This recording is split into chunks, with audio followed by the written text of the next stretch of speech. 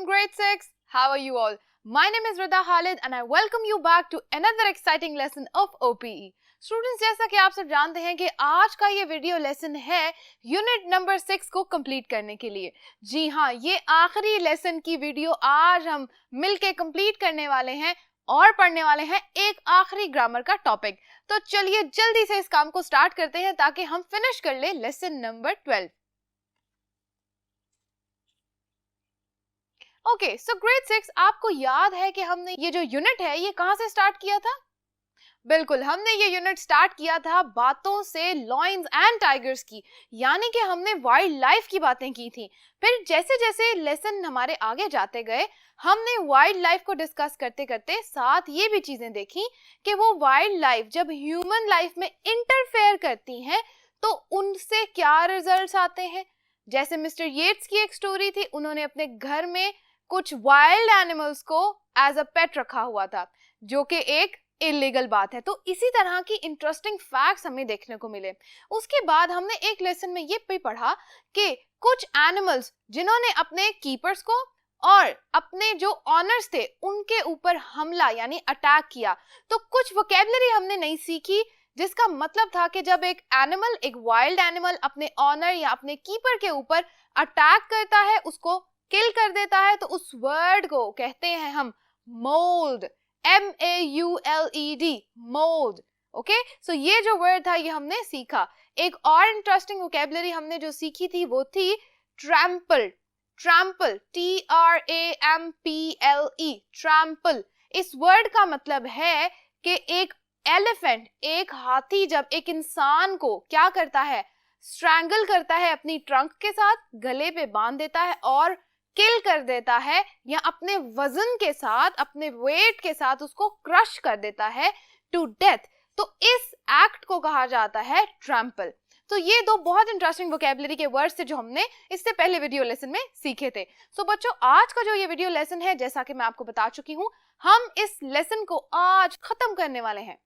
हम इस यूनिट को आज बिल्कुल खत्म करने वाले हैं। जी हाँ, तो जल्दी से आखिरी काम को स्टार्ट करें। Well done. तो बोर्ड की तरफ देख लेते हैं। लेसन नंबर 12 इस यूनिट का लास्ट लेसन है। सफिक्सेस, पेज 143 पे सफिक्सेस का एक टॉपिक दिया गया है। एक बात मैं आपको बता दूं, जो सफिक्सेस का ये टॉपिक है ये ग्रामर से रिलेटेड है, तो हम यहाँ पर लिख लेते हैं कि ये पार्ट हमारा है ग्रामर का। ओके, सो अब हमने इसकी डेफिनेशन को पढ़ना है। यहाँ पर बोर्ड पे मैंने कुछ ऐसे वर्ड्स लिखे हैं, कुछ ऐसी डेफिनेशंस लिखी हैं जो आपकी बुक के पेज 143 पर एज इट इज लिखी हुई हैं। ठीक है, तो मैं यहाँ से पढ़ती जाती हूँ, आप इसको अंडरस्टैंड करें और साथ साथ जब आप अपनी बुक से पढ़ेंगे तो उसको वहां पर मार्क करते जाइएगा। Okay grade 6, well done. Okay जी, so first thing that I am going to read is a prefix goes in front of the stem verb. हमें पता चला कि जो प्रीफिक्स है वो कहाँ लिखी जाती है? It goes in the front of the stem word. Stem word के किसी भी वर्ब के कहाँ लिखी जाती है? प्रीफिक्स कहाँ लिखी जाती है? फ्रंट पे, उससे पहले। ऑलराइट, और we can say before. Front को अगर हम ये लिख दें कि बिफोर द स्टेम वर्ड, ठीक है। स्टेम वर्ड हमारा क्या है? मोस्टली वर्ब भी होती है, नाउन्स भी होती हैं, ठीक है। ओके, अब नेक्स्ट को पढ़ लेते हैं। A suffix goes at the end of the stem word। देखें, वही बात, stem word वही हमारी क्या है? verb है या noun है, और उसके end पे यानी after the noun या verb क्या लिखा जाता है? suffix लगाई जाती है। तो हमें ये पता चल गया, हमने रिवीजन कर ली कि suffix ऐसे कुछ अल्फाबेट्स को कहा जाता है जिनका अकेला तो कोई मीनिंग नहीं है, लेकिन जब वो नाउन या वर्ब के साथ लग जाते हैं तो वो एक डिफरेंट मीनिंग दे देते हैं। ठीक है, अब सफिक्सेस बनाने का क्या मकसद है उसकी सेंस को देख लेते हैं। Like a prefix a suffix doesn't make sense on its own. Prefix भी और सफिक्स भी एक मीनिंग नहीं बनाते, यानी कि स्टेम वर्ड के अलावा उनका कोई मीनिंग नहीं होता। अगर आप ER, OR, EM ये वर्ड्स अलग देखें तो इनका कोई मीनिंग नहीं है ना। जब ये वर्ड जब तक स्टेम वर्ड के साथ ना लग जाए इनका कोई मीनिंग नहीं बनता। ठीक है, हमने पढ़ा था ना इस बारे में। हाँ जी, okay, but changes the meaning of the stem word.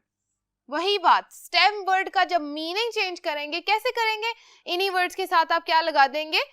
ER, OR या जितने भी आपके पास पार्टिसिपल्स या सफिक्सेस बनती हैं। ओके, कुछ एग्जांपल्स को मैं यहाँ देख लेती हूँ। आपकी बुक में ये जो एग्जांपल्स हैं ये सेंटेंसेस की सूरत में लिखी हुई हैं, ठीक है। मैंने यहाँ पर इनके सिर्फ वर्ड्स लिखे हैं ताकि हम इन वर्ड्स को पढ़ लें, और इन वर्ड्स को पढ़ने के साथ हम ये बता दें कि यहाँ पे ER और OR जो लिखा है ये क्या बता रहा है, ठीक है। अच्छा, first word is keeper. Keeper, आप देखें जो कीप का वर्ड है ये है हमारा स्टेम वर्ड, ठीक है, स्टेम वर्ड हो गया। उसके अलावा जो ER है ये क्या है?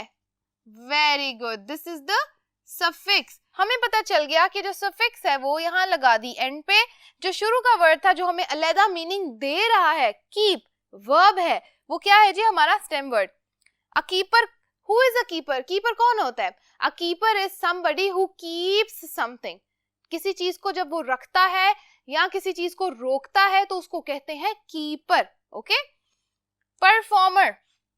परफॉर्मर का जो वर्ड है इसमें भी ये जो वर्ड है ये क्या है? Well done, this is the suffix perform, ये हमारा है स्टेम वर्ड। अब जो परफॉर्म की वर्ब है इसका मतलब है परफॉर्मर कौन सा एक शख्स होता है? परफॉर्मर एक ऐसा शख्स होता है जब आप स्टेज पे जाके कुछ परफॉर्म करें, कोई एक्ट करें, तो परफॉर्मेंस करने वाले शख्स को या परफॉर्मेंस करने वाले ह्यूमन बीइंग को क्या कहा जाता है? एक परफॉर्मर कहा जाता है, ठीक है। Third one, seller. OR हमें बता रहा है कि ये सफिक्स है, वेरी गुड। और हमें सेल क्या बता रही है कि ये कौन सी वर्ब है?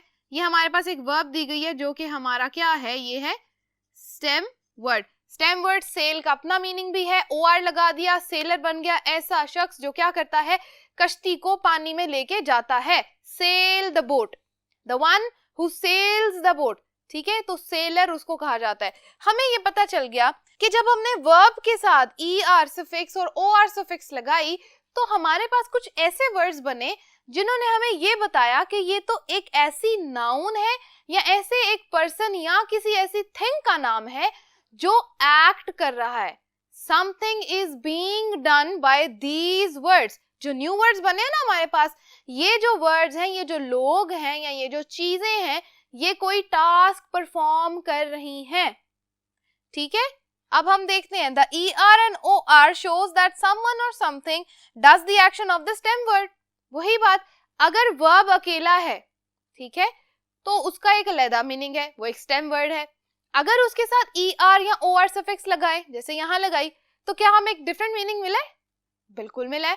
और अगर हम देखें कि ER और OR का सेपरेटली क्या मीनिंग है, तो कुछ समझ आता है? नो, एग्जैक्टली ये बात आपने याद रखनी है। एक और एग्जाम्पल से मैं आपको बताती हूँ, which is my favourite example. Stem word में लेती हूँ टीच, टू टीच, जैसे मैं पढ़ा रही हूँ। अगर मैं इसके साथ ER लिख दूं तो जो ER सफिक्स है ये हमें बता रही है कि ये क्या है? ये एक सफिक्स है जो इस स्टेम वर्ड के साथ लगी। टीच का मतलब अलहदा है, यस बिल्कुल है। तो स्टेम वर्ड का मीनिंग हमें पता चल गया, सफिक्स कहाँ लगाई पता चल गया। सो टीच क्या था? टीच एक वर्ब थी, एक सिंपल वर्ड था, ER लगा दिया तो वही वर्ब क्या बन गई? आगे ये पता चल गया कि कोई इस एक्शन को कर रहा है, ठीक है। टीच वर्ब, टीचर क्या है? नाउन। वेरी गुड, तो यहां तक की बात हमें समझ आ गई। यही बात मैंने आपको इस पूरे बोर्ड पे समझाई है। किसी को कोई कंफ्यूजन तो नहीं है? Well done. अब हम बढ़ने वाले हैं आगे। सो ग्रेड 6, हमें ये तो पता चल गया कि हमने सफिक्सेस लगा के उसी वर्ब को एक नाउन में कैसे चेंज करना है। तो अब हमारी जो ये एक्सरसाइज, जो राइटिंग टास्क हमारी बुक में दिया गया है, हम इस राइटिंग टास्क को सॉल्व करने वाले हैं। Are you ready for it? Well done. So ये टास्क आपकी बुक के पेज 144 पे दिया गया है, राइट? आप जल्दी से देख लें इसको। मैं यहाँ लिख देती हूँ पेज नंबर 144। ओके, पेज 144 का जो ये राइटिंग टास्क हमारे पास है, इसको रीड कर लेते हैं। Copy out this definition and write the words with correct ER and OR suffix next to them. पता चल गया क्या करना है? हमने इन डेफिनेशंस को रीड करना है, फिर इसके अंदर से वर्ब को देखना है, वो वर्ब हमारी क्या होगी, स्टेम वर्ड होगा हमारा, ठीक है। हमने वर्ब देखनी है क्योंकि वर्ब के आगे ही हमने क्या लगाना है, ER और OR लगाना है, बिल्कुल सही। अब मैं एक आपको करके बता देती हूँ, बाकी आप मेरे साथ सॉल्व करेंगे। Okay, are you ready grade 6? Well done. Okay जी, नंबर 1, समवन हु एक्ट्स, एक ऐसा शख्स जो एक्ट करता है, एक्टिंग करता है, तो उसको क्या कहते हैं, वेल डन, उसको एक्टर कहते हैं। Very nice. सो हम एक कैपिटल A यूज करते हैं, ACT। हमें ये पता चल गया ये वर्ब थी ना, इस वर्ब के आगे हमने क्या करना है, S को इरेज कर देना है, OR लगा देना है। अब यहाँ पे बहुत से बच्चे ये सोच रहे होंगे कि हमें कैसे पता चलेगा कि कहाँ पे OR लगाना है, कहाँ ER लगाना है। तो ये बातें बच्चों आपने खुद सोचनी है, ठीक है। यहाँ पर आपने अपनी थिंकिंग यूज करनी है और देखना है कि कहाँ पर आपको OR लगाना है, कहाँ पर आपको ER लगाना है। वर्ड्स के स्पेलिंग आपने खुद चेक करने हैं, ठीक है। कुछ वर्ड्स ऐसे होंगे जो आपकी नजर से पहले गुजरे होंगे, तो आपको याद होगा कि ये वर्ड का स्पेलिंग तो मुझे आता है, लेकिन कुछ वर्ड्स अगर ऐसे हो जाते हैं जिनके स्पेलिंग्स आपकी नजर से नहीं गुजरे या आपको याद नहीं आ रहा, तो आप उनको चेक कर सकते हो। आपको चेक करने के मैंने तरीके ऑलरेडी बताए हुए हैं। Okay, alright. अब example number 2, someone who teaches. Teaches जो है हमारी वर्ब है, हम सिर्फ टीच का वर्ड लेते हैं, ES को हम फिलहाल इग्नोर कर देंगे। So someone who teaches is a teacher. Very good, ER लगा दिया। अब देखो यहाँ OR है, यहाँ ER है। अब आपको खुद पता चलना चाहिए OR कहाँ लगाना है, ER कहाँ लगाना है। 3, someone who visits, ऐसा शख्स जो विजिट करता है,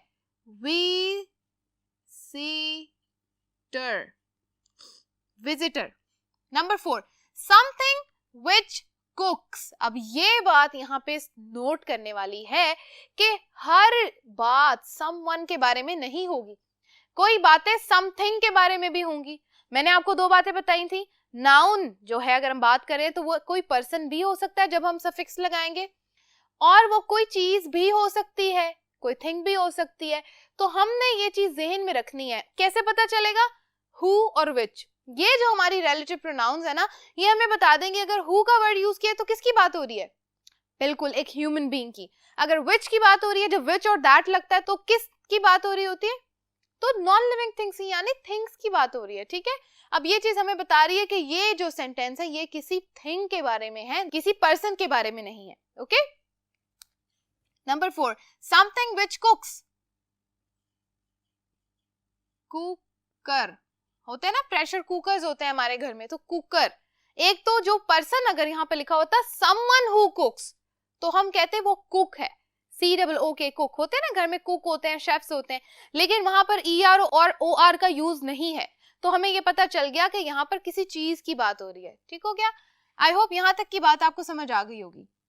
number 5, something which opens bottles. Bottles को खोलने वाला जो एक चीज होती है, एक आला होता है, एक इंस्ट्रूमेंट होता है, उसको क्या कहते हैं। सबसे पहले तो हम देखते हैं कि हमारी जो वर्ब है वो क्या है, ओपन। ओपन के आगे ER या OR लगाना है, बॉटल के आगे नहीं लगाना, ये याद रखना है, वर्ब के आगे लगाना है, कंफ्यूज नहीं होना। ओके जी, OPENER, opener. 6, someone who collects tickets on a train।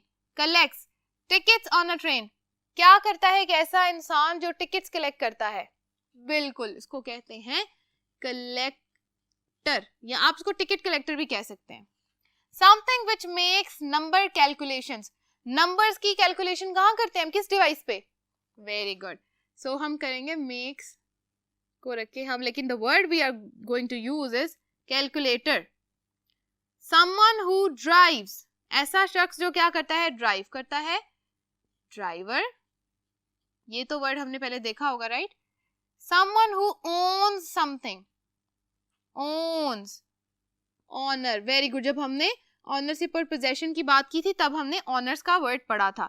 Someone who पोचेस, याद आया, पोचेस क्या होते हैं, यस, पोचर्स होते हैं वो लोग जो क्या करते हैं, इलीगली एग्स और बेबी एनिमल्स जो होते हैं उनको स्टील करते हैं।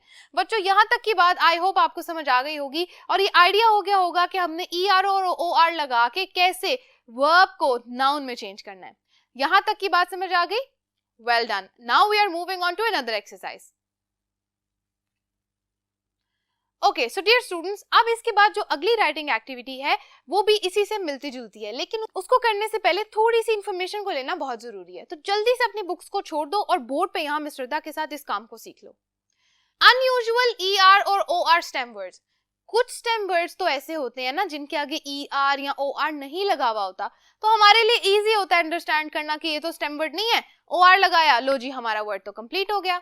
लेकिन कुछ वर्ड्स ऐसे होते हैं जिनके आगे हमें OR या ER लगाने की जरूरत नहीं पड़ती, वो वर्ड जो स्टेम वर्ड होता है ना वो स्टेम वर्ड ही होता है ER और OR के साथ। अब इसको पढ़ो। The stem word in the words you have just written are easy to understand.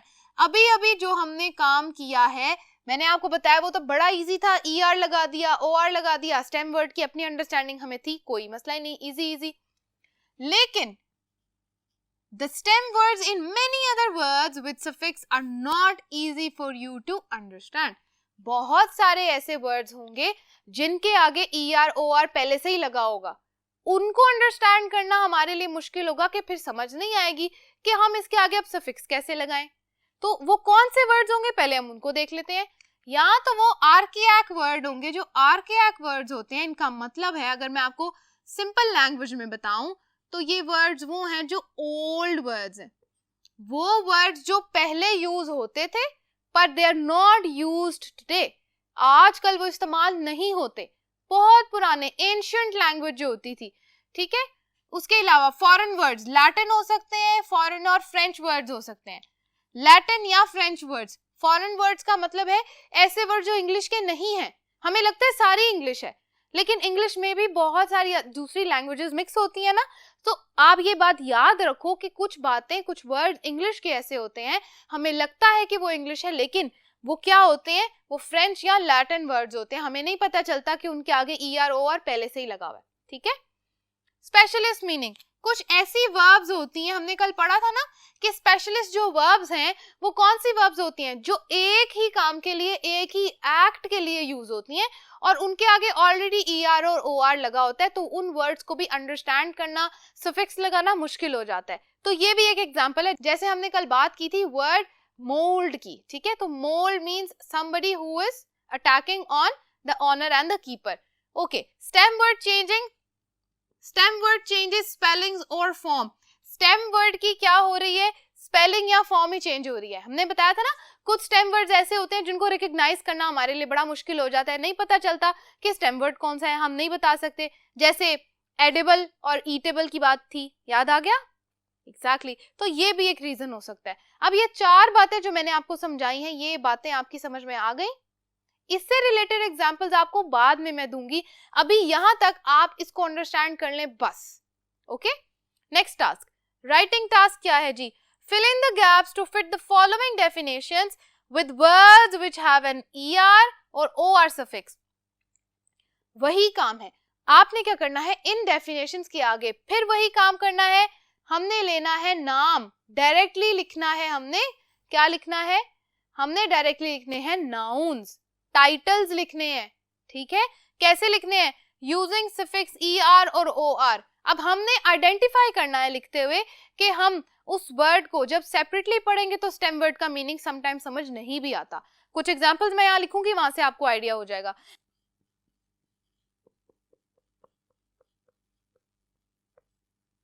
Okay, सो ये टास्क आपकी बुक के पेज 145 पे है, जल्दी से इसको देख लो। ओके, सो 145 पे जो एग्जांपल्स है मैं इनको वन बाय वन स्टार्ट करती हूँ।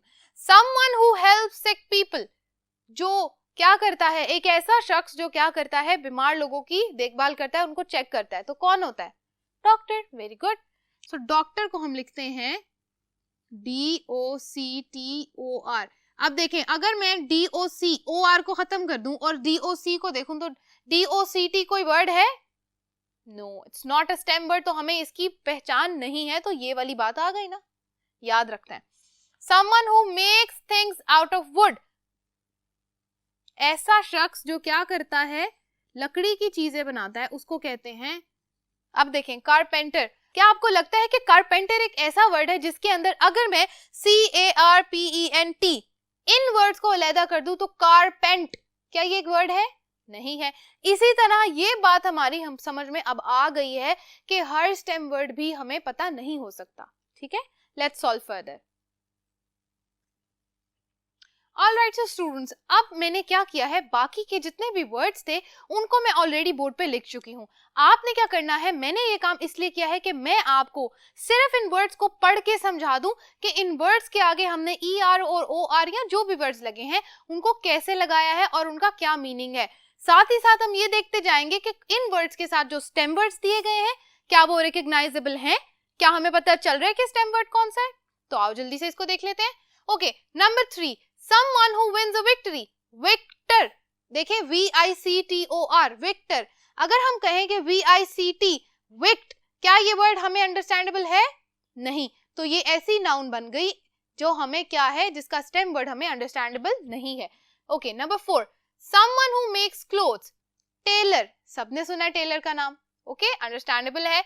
someone who travels on a bus or a train, एक ऐसा शख्स जो क्या करता है, ट्रेन पे या बस पे क्या करता है, ट्रेवल करता है। जब आपको किसी साथ ट्रांसपोर्ट का नाम दे दिया जाए तो इसका मतलब है ट्रांसपोर्ट में वो एक शख्स तो नहीं बैठा होगा ट्रेन में या बस में, उसमें तो बहुत सारे लोग होते हैं। तो जहां पे बहुत सारे लोग होते हैं उनको क्या कहा जाता है, passenger. Very good, the word is written there, it is called passenger. Okay, number 6, someone who delivers a message, एक ऐसा शख्स जो मैसेजेस पहुंचाता है उसको क्या कहते हैं, messenger. Exactly, not just a someone, अब तो क्या होता है मोबाइल्स के अंदर भी मैसेंजर्स होते हैं, हमने देखे होंगे। हाँ जी, क्यों मैसेंजर्स, उनका नाम क्यों मैसेंजर्स है, क्योंकि वो क्या करते हैं, मैसेजेस डिलीवर करते हैं एक जगह से दूसरी जगह। Okay, number 7, someone who works with the law, ऐसा एक ऐसा शख्स जो क्या करता है, लॉ के साथ काम करता है, लॉयर। किसी के बाबा लॉयर हैं? Very good. Okay, someone who deals with the meat, butcher. Butcher कहते हैं कसाई को, ठीक है, एक ऐसा शख्स जो क्या करता है, गोश्त का कारोबार। Number 9, someone who does customers hair. अब इसमें दो बातें हैं, कस्टमर का हेयर करने वाले या कस्टमर के बालों को देखने वाले दो तरीके के लोग होते हैं। एक तो बार्बर है जिससे हम हेयर कट कराते हैं, एक वो है जो क्या करता है, हेयर ड्रेसिंग करता है, हेयर स्टाइलिंग करता है, तो हम कहते हैं हेयर ड्रेसर। ठीक है, दो वर्ड्स हैं, दोनों ठीक है। Number 10, someone who travels. अब यहाँ पर हमें आगे कोई भी ट्रांसपोर्ट नहीं बताई हुई, समवन हु ट्रेवल्स, तो उसको कहते हैं ट्रैवलर। इसके दो स्पेलिंग्स होते हैं, एक अगर हम इस तरह भी लिख लें ट्रैवलर, इसके अलावा एक और वर्ड भी यूज होता है ट्रैवलर। अब यहाँ पर आप देखें, यहाँ सिंगल एल है, यहाँ डबल एल है, लेकिन दोनों के दोनों क्या है, करेक्ट। एक इसमें होता है ब्रिटिश एक्सेंट के साथ, दूसरा होता है अमेरिकन एक्सेंट में। सो बच्चों, दोनों के दोनों स्पेलिंग्स एक्सेप्टेबल हैं। स्टूडेंट्स, माय ग्रेड 6 यहाँ तक होता है हमारा यूनिट नंबर 6 बिल्कुल कंप्लीट। हमने मिलके कर लिए 12 lessons complete of unit number 6। Lions and tigers के बारे में जो था हमने उसको बिल्कुल कंप्लीट कर लिया। अब हम मिलने वाले हैं अगले यूनिट के कुछ लेसन्स के साथ। Stay tuned for that. Thank you so much for watching today's lesson. खुश रहिए, कीप स्माइलिंग। अल्लाह हाफिज।